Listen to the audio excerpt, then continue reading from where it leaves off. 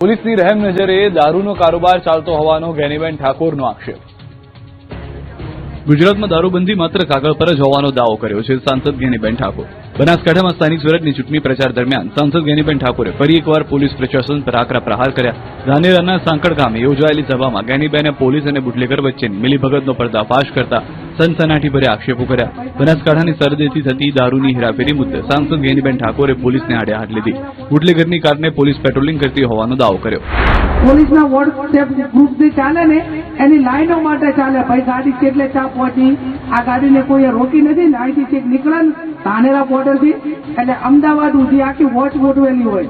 Regular રાજા મહારાજાના વરઘોડા નીકળે ને એમ આખી ગાડીઓ દારૂ ભરેલી નીકળે, પોલીસ એનું પાયલોટિંગ કરે. આટલાથી જ ગેનીબેન ઠાકોર અટક્યા ન હતા. બુટલેગરો પોલીસને હપ્તા આપતા હોવાનો આક્ષેપ કર્યો. સરકારી મશીનરીનો ઉપયોગ બુટલેગરોને બચાવવા માટે થઈ રહ્યા હોવાના ગંભીર આક્ષેપોને પાલનપુરથી ગાંધીનગર સુધી ખળભળાટ મચાવી દીધો છે. અહીંયા ધાનેરા તાલુકો હોય કે થરાદ તાલુકો હોય કે જે બોર્ડર રાજસ્થાનની બોર્ડર લાગે છે, ત્યાં રોજની હજારો ગાડીઓ રાજસ્થાનમાંથી દારૂ ભરીને ગુજરાતમાં ઠલવાય છે. એને પકડવા માટેનો પોલીસને ટાઈમ નથી. એના વોટ્સએપ ગ્રુપો ચલાવીને બુટલેગરોને મદદ કરવા માટે કરીને સરકારી મશીનરીનો ઉપયોગ થાય છે.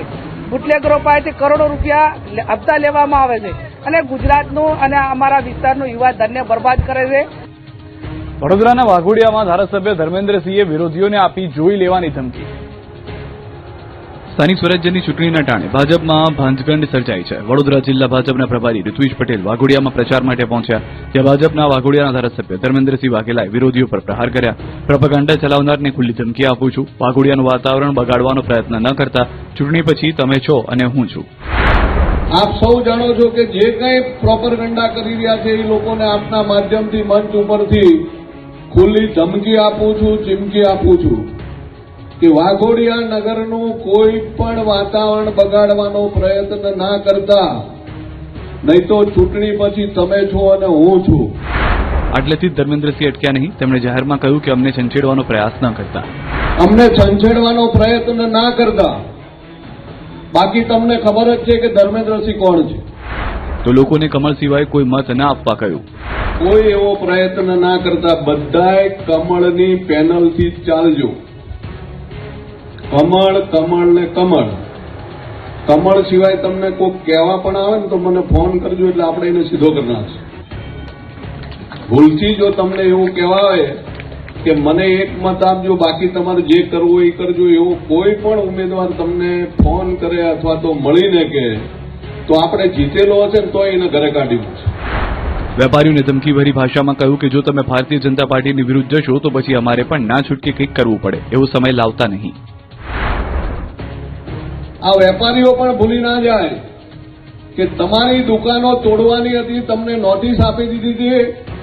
એ વખતે માત્ર તમારા ધારાસભ્ય ધર્મેન્દ્રસિંહ આ બધું અટકાયેલું છે, પણ તમે ભારતીય જનતા પાર્ટીની વિરોધ જાઓ તો પછી અમારે પણ ના છૂટકે કંઈક કરવું પડે એવો સમય લાવતા નહીં. દિયોદરમાં ભાજપે ટિકિટ નહીં આપતા ભાજપના આગેવાને ભાજપ વિરોધી મતદાન કરવા ખુલ્લેઆમ હાંકલ કરી.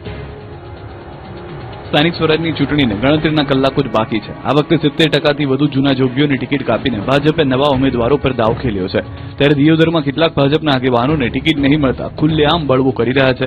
દિયોદરમાં ઠાકોર સેનાની મીટિંગ યોજાઈ, જેમાં ઠાકોર સેનાના પ્રદેશ મહામંત્રી અને ભાજપના આગેવાન મુકેશ ઠાકોરે ભાજપ વિરોધી મતદાન કરવા અને ભાજપના ઉમેદવારોને પાડી દેવા ખુલ્લેઆમ હાંકલ કરી કોંગ્રેસને જીતાડીને ભાજપની અન્યાયનો જવાબ આપવા કહ્યું. દ્વારકામાં કોંગ્રેસના નેતાએ ભાજપ માટે પ્રચાર કર્યો. ભાજપ માટે મત માંગ્યા. સ્થાનિક સ્વરાજની ચૂંટણી જીતવા માટે ત્રણેય પાર્ટીઓએ એડીચોટીનું જોર લગાવી દીધું છે.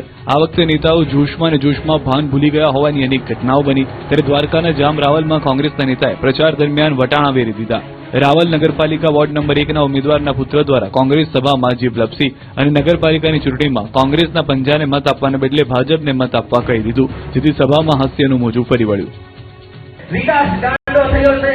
વિકાસ ગાંડો થઈ ગયો ને તો એ ગાંડાને પરિવર્તનમાં લાવવા માટે આપણે કમળનું બટન દબાવી અને ભાજપના સાંસદ મનસુખ વસાવાએ ચેતર વસાવાના ગઢમાં કરી ગર્જના. આપને ઠગ પાર્ટી કહી. પ્રચાર પડઘમ શાંત થઈ ગયા ત્યારે અંતિમ દિવસે નર્મદામાં આમ આદમી પાર્ટી નેતા અને ડેડિયાપાડાના ધારાસભ્ય ચૈતર વસાવાના ગઢમાં મનસુખ વસાવાએ ધુઆંધાર પ્રચાર કર્યો. નવા બનેલા ચીગડા તાલુકામાં જાહેર સભામાં આપના ચૈતર વસાવા પર પ્રહાર કર્યા. કહ્યું કે આમ આદમી પાર્ટીની તો દુકાન જ નથી, તે ઉધાર આપવા નીકળ્યા છે. આ સાથે આમ આદમી પાર્ટીને ઠક પાટી ગઈ તો નર્મદા જિલ્લામાં આપનો સફાયો થઈ જવાનો દાવો કર્યો. ભારતીય જનતા પાર્ટીના લોકો જ આ કામ કરી શકે. અલ્યા મોવલ્યા કે આમ આદમી પાર્ટીના કોઈ તાકાત નથી કે આવું કામ કરી શકે. જેની દુકાન જ નથી એ ઉધાર આપવા નીકળ્યો છે. જેની પાસે દુકાન જ નથી એ ઉધાર આપવા નીકળ્યો છે. આ ભગવાન નીકળ્યા છે. વિધાનસભામાં લોકો છત્રીને લઈ ગયા, મફત આપીશું. જંગલ વિસ્તારમાં જેમ કે આપણે હાંડીએ કાઢવાના હતા આદિવાસીઓને, માની ગયા અમને વાતમાં ધારાસભ્ય બની ગયો.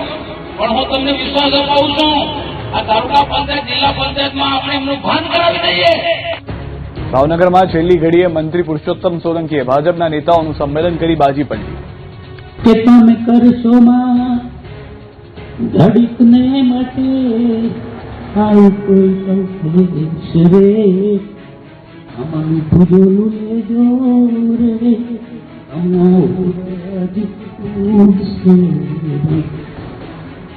કંઈક આ રીતે ભાઈ તરીકે ઓળખાતા ભાવનગર જિલ્લાના પીઢ નેતા અને મંત્રી પુરુષોત્તમ સોલંકીએ પ્રચારના અંતિમ દિવસે ભાજપના નેતાઓ કાર્યકર્તાઓનો જુસ્સો વધાર્યો.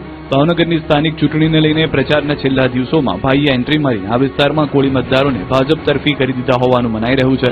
તેમના નિવાસસ્થાને યોજાયેલી વિજય વિશ્વાસ બેઠક ભાજપ માટે શક્તિ પ્રદર્શન સમાન સાબિત થઈ, જેમાં ધારાસભ્ય, જિલ્લા તાલુકા સંગઠન અને બુથ સ્તરના કાર્યકરો મોટી સંખ્યામાં હાજર રહ્યા. સાથે જ પોતાના સંઘર્ષના દિવસોને યાદ કરીને ભાવનગરની જનતા અને નેતાઓને કંઈ પણ કામ હોય તો પોતે બેઠા હોવાનું આશ્વાસન આપ્યું.